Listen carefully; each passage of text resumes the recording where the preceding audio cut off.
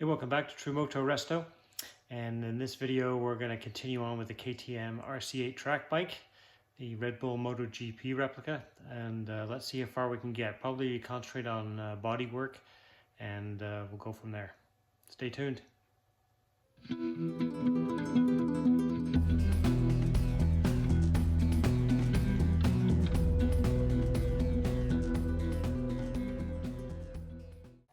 I guess the other option that I have with this tailpipe is if I ever take it to the track or whatnot, I could get a little bit more caveman on it, I guess, and just take the grinder and just lop the whole corner off this pipe, kind of on an angle, and then obviously that would open up the whole pipe because this is a double wall tip, so I'd have to weld in a kind of a half moon or a moon shaped piece of stainless steel to cover off the hole. But you know, if push came to shove, that's what would have to be done. Or if that wasn't going to be satisfactory, then we just have to lop that thing back off there and weld something else onto it, I guess, or whatnot. But anyway, for now it can stay as it is, but that's always an option. So one of the things I am going to do is on the bodywork. So I've got two other sets of old bodywork that came with this bike. On every single one of them, this section of the pan is completely destroyed. And even on this one, when I first got it, you could actually see there's some cracks on the outside here. So this is kind of a weak spot. So part of what I'm going to do is I'm going to reinforce this part of the pan. And the other thing I'm going to do, just because of the way that this exhaust pipe fits, is I've made this little shield here, and it's going to end up fitting right in there like that. I'm just going to epoxy that on there, drill the holes in there just so it would hold the epoxy a little bit better, and that way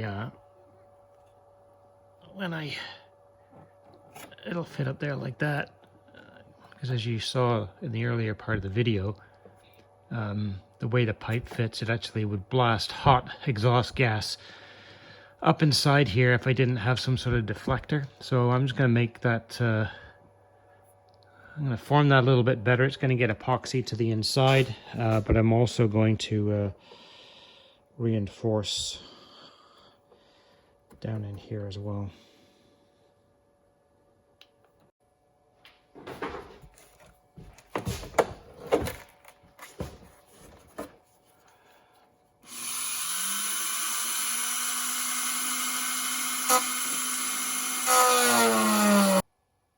So since the majority of this project is really cosmetic, I think the next thing to do is really just start getting after the body work. I'm not going to spend a ton of time showing you me sanding stuff because I said it 1,000 times before, nobody needs to see that. But I'll just touch on some of the basics. And as I mentioned, I think in one of the prior videos, there's not really any repairs to do because it's new body work. But when you take a look at this kind of stuff, this is all kind of you know, molding marks, or where the you know, where they separate the mold. So it's really just a case of smoothing off a lot of the edges and dealing with that kind of thing.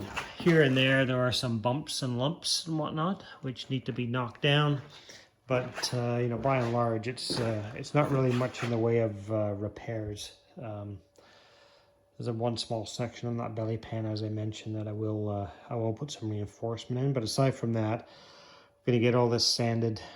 So the plan for paint work is going to be the inside of these panels is all going to be flat black, because I don't like the look of raw fiberglass, raw unfinished fiberglass. There's no good to that. It just doesn't look right. So it's going to get painted on the inside. I probably won't bother painting the inside of the tail section because you can't see in there, but you can see in front of the upper fairing and the mids, and you can definitely see into the pan. So that's going to happen. The majority of that upper fairing and tail are going to get a black primer, just because I've been buying the Valspar paint And I'm probably going to end up switching back to Chromax because it just doesn't cover as well as I'd like. So we'll do that. I'll get it all into to black primer and that kind of stuff. And then there's also going to be, once all the paintwork is done, I'm going to put some heat shielding in the bottom of the pan there just to protect the paint. There's some reflective insulating matting that I have that I'll put underneath the muffler. As far as the plan for painting goes, so you've seen the picture. The belly pan is mainly orange with like a kind of a greeny blue at the back with the MotoResto. There's the tank has an orange section on the top, and the front fairing has some orange at the front here and some orange at the bottom there. So the order of painting is going to be to take the upper fairing, the tank, and the pan to the booth. When I get to that point, I'm going to paint all the orange. I'm going to clear coat that in gloss. And then once that's all had a good chance to dry, I'm going to flat back anywhere where the dark blue is going to be. I'm going to obviously tape off and protect the gloss orange and whatnot.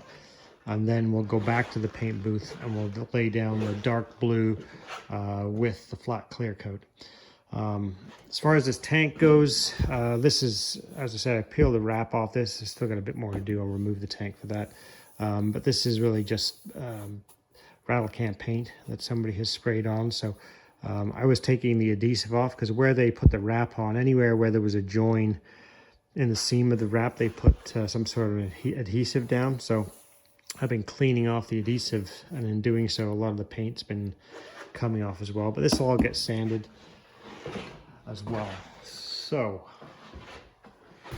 I'll show you the paint that I'm going to be using, and more interestingly, the clear coat. This is flat clear coat. So this is the stuff here. It's 5-star extreme stealth clear multi-gloss. So you can go with several different levels of gloss on these.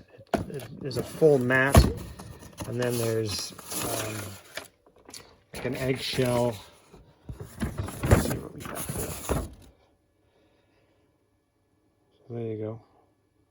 Semi-gloss, eggshell, flat. So we're going flat.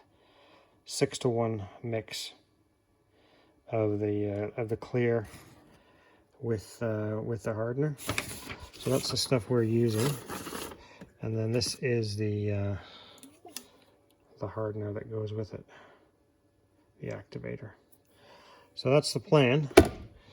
I've never sprayed it before. I don't know how it goes on. I'm not a professional painter to begin with, so I'm sure that you're able to spot it starting to flow out the same way as you can with a regular gloss clear coat. But we'll see how it goes. The issue with this stuff is the challenge. You got to get it down perfectly the first time. You can't have an issue with orange peel like you can on you know, like if I got a bit of orange peel, let's say when I did one of these bikes, which luckily I didn't, but if I did, it's fairly straightforward just to flat it back with 2000, 3000 and buff it, and then it comes up nice and smooth. You cannot do that with the stealth clear flat clear coat, because as soon as you start buffing it, it goes shiny. So you've got to get it right the first time. You've got to lay it down thick enough so that it flows out real nice, but obviously not so thick that you get runs in it, because as soon as you get a run, you're snookered, because you can't deal with that either very well. And if you get the orange peel, you're snookered there too, because you can't buff that out either. So yeah, we'll see how that goes, but that's a little ways down the road before I arrive to do that. But yeah, so I'm gonna just pick something and go for it. Maybe I might actually even fire the bike up before I pull the tank off, because I haven't done that. I haven't run the bike in quite a while.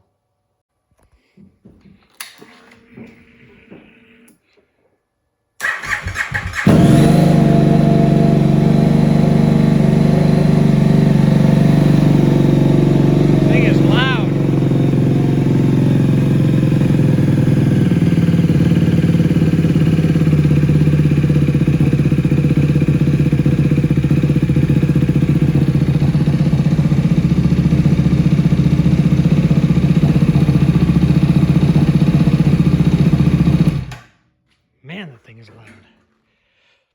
So the part of the story with this, so I found the original. I bought this or traded this. I got this from my buddy, and I went online and I found on the KTM forum the guy who originally owned it, and I also found the original ad from when my buddy bought it. It was still up on, I think, GTA Motorcycle. I found it, and part of the story was, now who knows, this is just story, whether it's true or not, I don't know, but this the cluster says something like 75 or 79,000 kilometers, and apparently it has 75 or 7,900 kilometers on it in reality. So I guess apparently what happened was when this bike got wrecked, and this is why it's a salvage title, it was in an accident, the gauge cluster and whatnot was damaged and destroyed, and when they put a new gauge cluster on it, it had to be programmed at a dealership, and the tech that did it apparently programmed it with 75,000 or 79,000 instead of 7,500 kilometers on it. So whether that's a true story or not is hard to say, but that's what was in the advertisement, and it does seem kind of far-fetched to have one of these with almost 80,000 kilometers on it that still runs good and doesn't smoke and all that kind of nonsense. But yeah, so I mean, it's possible, entirely feasible, plausible, but no way to really verify it. So the other thing that makes me think that that story is plausible is, so I've owned the bike for about a year. My buddy owned it for I think about 3 or 4 years before me. So that takes us back to at least 2020 or 2019. The guy who he bought it from, who was tracking the bike, had it for 3 or so years, 2-3 years when he tracked it, I'm guessing around there. So now you're back to, let's say, to 2015. So ballpark, somewhere in and around 2015 is potentially where this thing kind of moved to the track. It could have been before that. So it's a 2009 bike. So it might have had 6 years, maybe 7 years on the road, on the street, before it had its accident, not more. And so it seems to me that to put, even if you say, well, the guy put 9,000 kilometers on it, track riding it for a few years, which seems high to me, but what do I know? To put 70,000 kilometers on a bike like this in 6 years or 7 years, that's 10,000 kilometers a year on a sport bike. I'm hard pushed to get too much more on that on my bikes. And I might put 5,000 on one bike, 3,000 on another, 2,000 on another. So I've been pushing about 10,000 kilometers a year, and I'm retired and I ride, every day that I can that it's not raining. So, granted, I'm not doing long distance stuff, but on a sport bike, that seems like an awful lot. Again, it's possible that somebody put 10,000 K a year on it, but I don't know. Seems unlikely. So that's why I think everything points to the fact that it is quite plausible, feasible, possible that it does only have 7,900 kilometers on it instead of 79,000 kilometers on it. But we'll never really know for sure. You my good boys? Yeah? You my good boys? What's going on, boys? What do you think? Time to go in the garage, do a bit of work? You think so? You want to come with me? Or you want to play around out here? Or maybe you can go swimming. So I just epoxied and then fiberglassed over top. I made a little metal deflector plate. So once that dries, I can trim the fiberglass, and I'll use some fiberglass body filler just to fill that in, smooth it off, and then that will be just fine for what I want.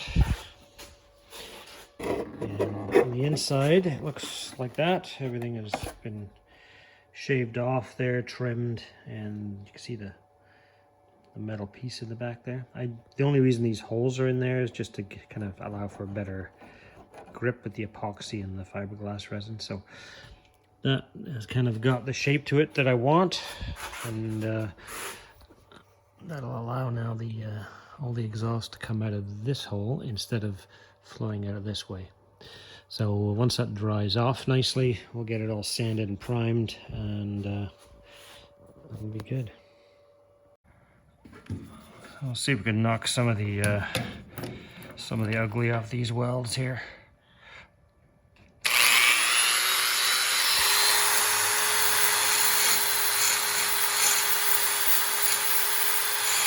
I've already drained the tank. So it's one of these fuel disconnects here.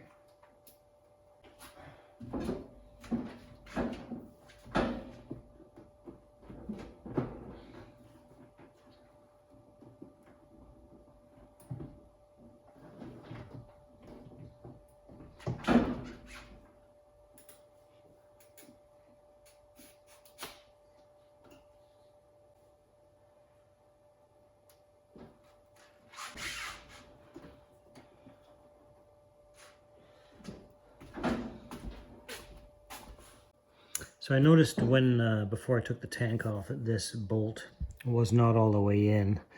I was likely getting jammed in there, cross-threaded or whatnot. It wasn't very far in. So that and the fact that these little rubbers at the back are pretty chewed up suggests to me that whoever had the tank off last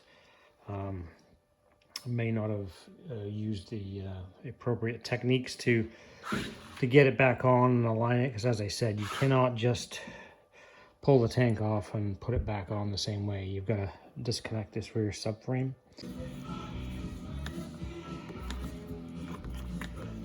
Well, there's all the paint off the tank.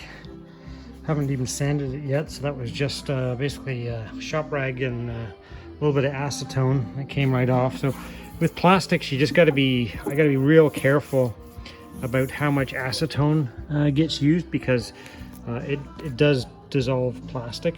This doesn't seem to have had any sort of reaction to it, but still I'm quite careful with how much acetone I put on the rag, just enough to take the paint off, but I don't want it to kind of soak and sit on the tank. I don't want to risk weakening it or dissolving it in any way. So ABS plastic, for instance, will just melt away with acetone. So yeah, you got to be careful of that stuff. Obviously some sort of accident damage up in this area that's been patched. You can see there's some cracks in the paint and the finish here and there. So obviously at some point, whether it was in the original accident that caused this to be a salvage title bike, or if it was a track thing, or who knows. But I'm not sure what's under here, but I guess when I start sanding it I might find out.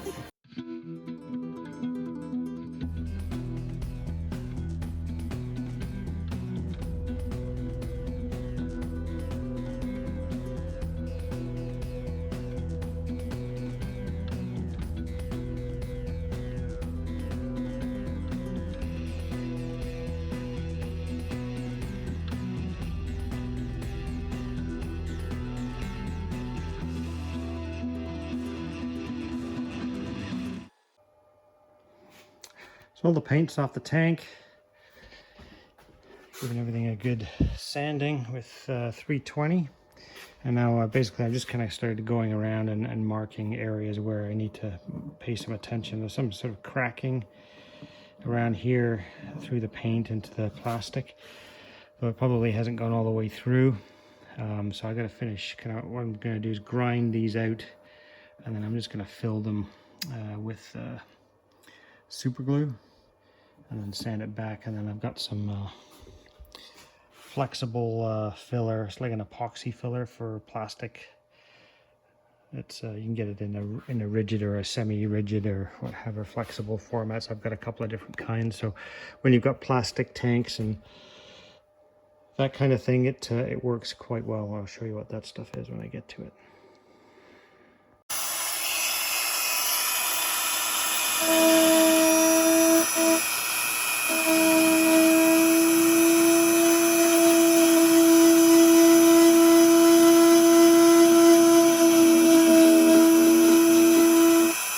Okie dokie, so here are the two products I'm going to use. This is basically, it's a very, very thin super glue. I can't remember what the active ingredient is in this stuff, but there it is. Whatever, focus there. It's basically very thin super glue, and it works really well on fiberglass cracks. And because this is a plastic tank and I'm not 100% sure exactly how far these cracks go through, if it's just in a painted surface or this is gel coated or painted or it's the plastic or whatnot. There is a white plastic layer underneath, but I'm just gonna, I don't want to be grinding through it too much and then find out that I've weakened the plastic structure and it starts to leak or whatnot. So I'm gonna fix it with that, and then I'm gonna move on to taking any of the imperfections and the chips that are in this tank out with Sure-Seal plastic surgery. And this is semi-rigid. You can get it in flexible, which I have, rigid and whatnot. So there's different types of stuff. It's basically, it's just a two-part epoxy paste. It mixes up kind of somewhere kind of between a body filler and epoxy is kind of what it looks like when you mix it, and it sands off pretty easily.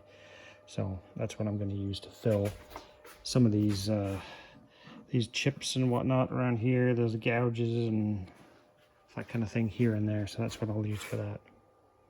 So with the super glue, you get these really thin kind of hair type applicator tips that you can kind of stick on. You get a whole whack of them, and they do gum up pretty quick. So I'm almost out, and I've still got a whole bottle of this stuff left, and I haven't got enough tips. But anyway, so yeah, it's it works pretty well. But these even if you try to clean these things out, that doesn't go very well. So, and you don't want to stick your lips around that and try to blow the glue out of there, but that's not going to end well, is it?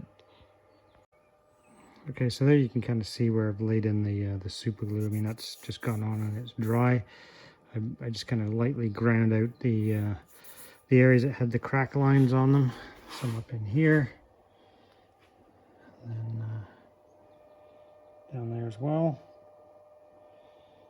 So that should take care of any of that. I mean, I couldn't feel them with my fingernail.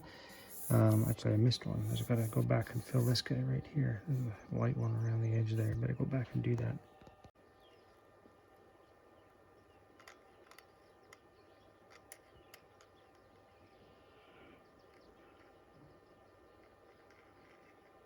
Just a very, very thin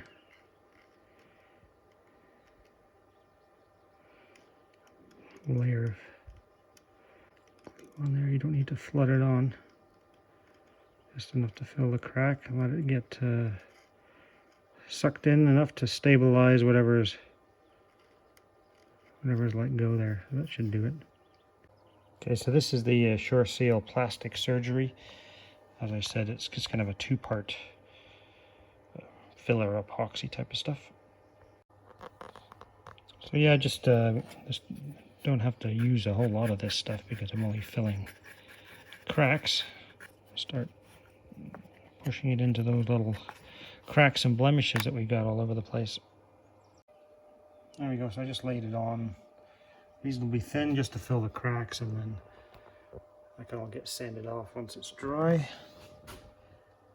Applied basically just the same as body filler. So it's kind of down here, up here, down there, and then up along the top, a little bit around this side and the filler neck area, and then down here. So yeah, took a little while to dry. I filled in some of the chips along here, and then we'll just take that off with the sandpaper.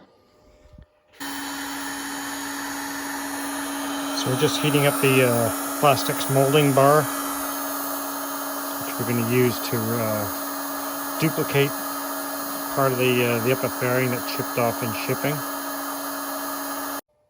All right, so I've taken the Plastex molding bar, and this is the corner that is not broken.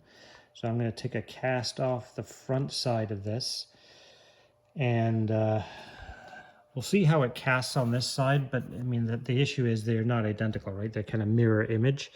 So we'll see how that works. This has kind of got a bigger flange on it on this side. So that may or may not kind of fit the way I want it to. I might end up actually flipping it over, flipping the mold over onto the back side, and then just manually shaping this corner, because there's really not much of a piece to mold on there. So we'll see how that goes. I'll make the decision once this cools down and I can peel it off.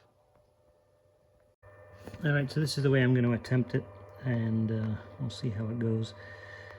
At least it'll be kind of the right contour. I can shape anything else that I need to do after the fact. Okay, so I have a bit of problems getting the mold to stick, so I'm kind of taping it on there so it doesn't just fall off. And I've stuffed some fiberglass chap in there. Just chopped up some fiberglass mat, and that just give it a bit of extra strength, just because it's kind of right at the very tip. It's going to be kind of hard to film this and do it at the same time, but I'll give you an idea here. So I'm just going to basically spoon on some of the Plastex powder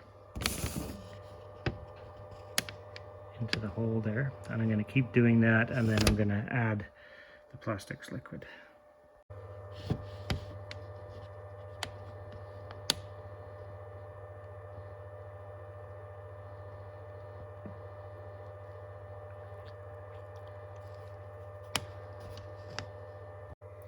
There we are. So that can sit there now for a number of hours until it dries. And then once it's dry, we'll peel the mold off and then see what we have. And then the rest of it I can just shape with a knife and a grinder and sanding and whatnot to make sure that I have the right sort of bevel on the edge, and it just kind of matches that side. So we'll see how it works out. So one thing I've been trying to find out online, on YouTube, anywhere I can, is how you go about rebuilding these WP forks. I believe they're open chamber forks. They're 43 millimeter. I can't find any information really about the process of rebuilding these particular forks, even though they look like conventional upside down forks. When I look in the shop manual, it's calling for holding tools that stop the I guess it's the damper rod or whatever from dropping down and filling with oil when you're doing the rebuild process. I've seen other people online say you actually need a spring compressor for these forks, but the shop manual doesn't call for use of a spring compressor. So on a 2009 RC8, what am I expecting? What should I find? Do I need any special tools, or are these really going to be no different than any other upside down fork that I've done before? Let me know what you think in the comments below. If you've got experience with these forks, I'd appreciate to know. Thanks. So I now have another option for the RC8 if I decide that I do want to take this on the track, and I'm concerned about that pipe hitting the ground there. This one. This is a stock factory RC8 silencer. Yeah, I think, just to be clear on this this silencer here, one thing I'm not willing to do is to cut this open and gut it. Although I know some people have done that quite successfully to lighten it up, because it's not light, it's quite heavy as a stock item. But there's no point in butchering a perfectly good OEM silencer. KTM RC8 parts are not plentiful to begin with, so I'm just not a proponent of hacking up perfectly good spare parts. So not butchering it, not happening, can't do it. Oh my goodness, the workbenches are an absolute disaster. I got to get some cleanup done in here. All right, so there's the general repair done to that tip that was broken off. So that's all the Plastex. So it needs just a very, very light skim of surface filler, and then that will be ready to prime. Similarly with this in shipping. This particular piece here was cracked. Yeah, I think about 4 crack lines on the other side and through the gel coat, and this is really, really flimsy. It was basically just bending. So I did the same thing with this. I ground out the cracks. I put a bit of super glue in those cracks, and then I ground it back a little further through the gel coat to the glass, and now I've fixed that with Plastex, so that can get filled as well. And then basically my process now is I'm going to finish rough sanding these panels with 320, and then just kind of going around, like finding spots like this where there's imperfections in the glass, fill those.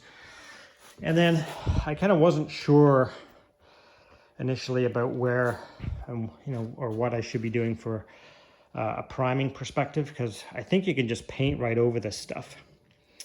But I'm not 100% sure, and my buddy said you probably get better adhesion if you use a quality primer on it first. So I think that's what I'll do is I'm going to lay down a pretty thick coat of feather fill primer. So this is a 2K primer right here, feather fill from Evercoat. Got a hardener that you mix with it. So I think I'm going to mix that up at some point shortly. Paint all of the fiberglass with it. Now the part that I am concerned about are these seating areas. I don't know what you call them, where that one panel fits over top of another. When I fitted these things up, I mean, they fit pretty tight. So that seat it's a bit of work to get it to fit and to get all of the Zeus fasteners to snap in. And so I can probably squeeze these tabs down a little bit more to make it a bit easier. But what I want to try to avoid is I don't want a thick layer of primer on here, and then 3 or 4 coats of paint, and then 2 coats of clear coat.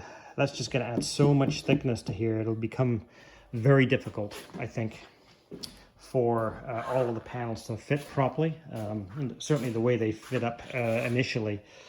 So I think my intention will be, I'll prime everything, but I'm going to mask off these areas here so I don't get unnecessary layers of primer and paint.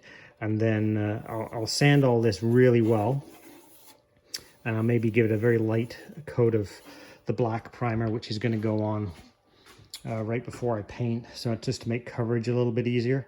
And that way I don't have such a thick layer of paint and product and whatnot, making fitment a huge pain in the backside. I'm just trying to think ahead, to when this comes to. So here's what the OEM hugger looks like when it's got the carbon fiber wrap on it. I just kind of got it setting in there, so looks pretty good. Not bad for a first wrap attempt, I think, especially on a track bike. So because this is going to be a MotoGP replica, one of the decisions I have to make is, am I going to go for a replica of the MotoGP bikes as they were 5 years ago, or am I going to go with something that leans a little bit more towards today's MotoGP bikes, and by that with the wings and all of that kind of stuff. So these things are quite cheap on eBay, and you can kind of these would kind of attach here. You can kind of set them up like this. It would be easier to see how these look when you set them on the bike when it's the right way up. But there, you kind of see how that fits. These ones actually look pretty good. They fit well, and the contour fits perfectly to the fairing there. So it would be something like that.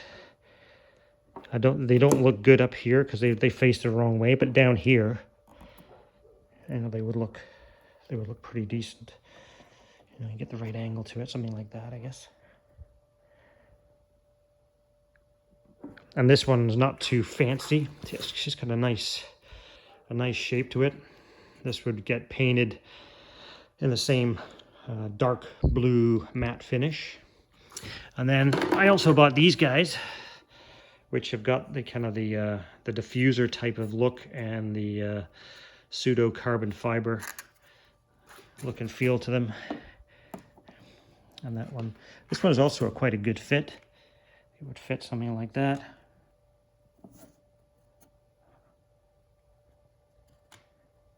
Three options. Actually, there's four options, but I haven't laid it out because I don't like the other style that I bought. It looks like crap. So the options are no wing on it, no aerodynamics on the front. The wider, smoother aerodynamic in the body color blue, or the ones with the kind of the rakes and the diffuser on the back in carbon fiber. What do you think would look better on there? Something or nothing? Let me know in the comments. All right, so that's going to do it for this video. Thanks for watching. Please like, share, and subscribe if you haven't done so already. It really does help my channel grow. And we'll see you in the next one. Thanks.